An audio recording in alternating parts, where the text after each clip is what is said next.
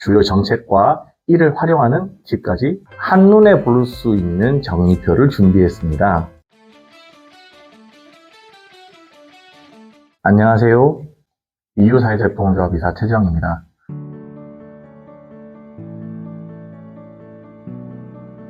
저는 수년간 많은 소상공인 분들과 함께 다양한 사업 환경에서 직접 컨설팅을 해왔습니다. 오늘은 여러분께 소상공인들이 활용할 수 있는 주요 지원 정책과 그 활용 방법을 간단하고 쉽게 설명드리겠습니다. 소상공인 지원 정책은 많지만 조건도 다르고 어디서부터 시작해야 할지 막막하죠. 그래서 저희가 한눈에 볼 수 있는 정리표를 준비했습니다. 모바일에 저장해두면 필요할 때 바로 꺼내서 참고하실 수 있습니다. 이번 영상에서는 주요 정책과 이를 활용하는 팁까지 설명드립니다. 정부 지원 사업부터 알려드리겠습니다. 먼저 정책자금 상환 연장 프로그램입니다. 이 지원은 1개월 이내 단기 연체자를 대상으로 하며 대출 상환 기간을 연장하여 재정적 부담을 줄여주는 프로그램입니다.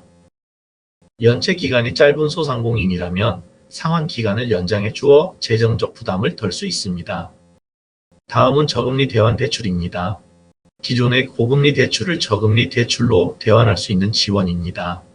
대출 상환에 어려움을 겪고 있는 소상공인들이 기존 대출을 더 낮은 금리로 전환해 금리 부담을 경감할 수 있도록 돕습니다. 전환 보증은 대출 상환에 어려운 소상공인을 위한 지원으로 정부 보증을 통해 대출을 전환하고 추가 부담을 줄여주는 프로그램입니다. 정부 보증을 통해 상환 부담을 완화할 수 있어 사업 회생에 큰 도움이 됩니다. 점포 철거비 지원은 폐업을 고려하는 소상공인에게 제공되는 지원입니다.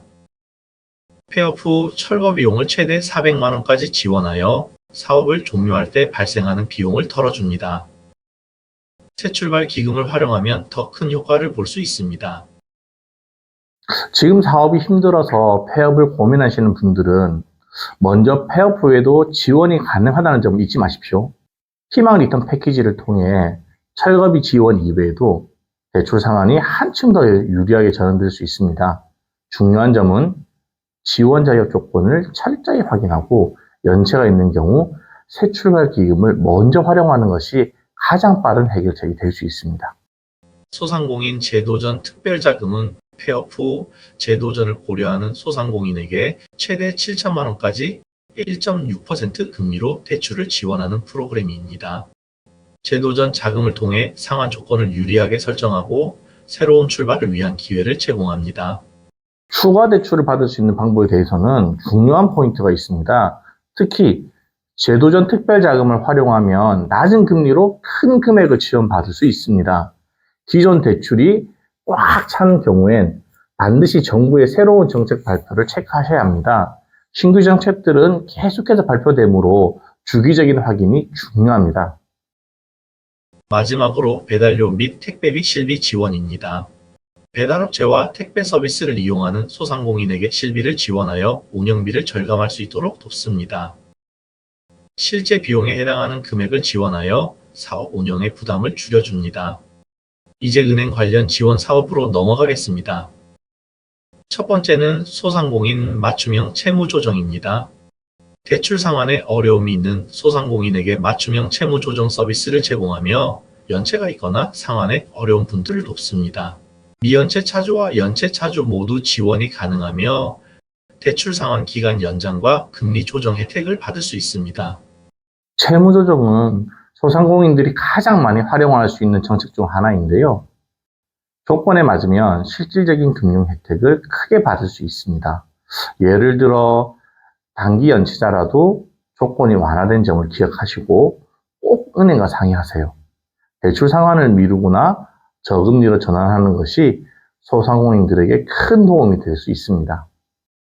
두 번째로는 폐업자 저금리 장기 분할 상환 프로그램입니다.